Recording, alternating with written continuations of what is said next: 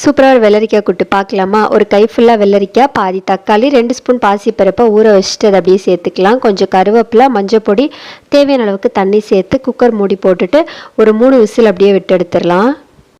இந்த கேப்பில் மிக்சி ஜாரில் 2 ஸ்பூன் அளவுக்கு தேங்காய், காரத்துக்கு ஏற்ற மாதிரி பச்சை மிளகாய் சேர்த்துக்கோங்க. நான் வந்து ஒரு பெரிய சைஸ் பச்சை மிளகாய் சேர்த்துருக்கேன். அதுக்கப்புறமா ஒரு 1/2 ஸ்பூன் அளவுக்கு சீரகம், இதெல்லாம் தண்ணி சேர்க்காம இந்த மாதிரி கொஞ்சம் கோர்ஸாக அரைச்சி எடுத்துக்கோங்க.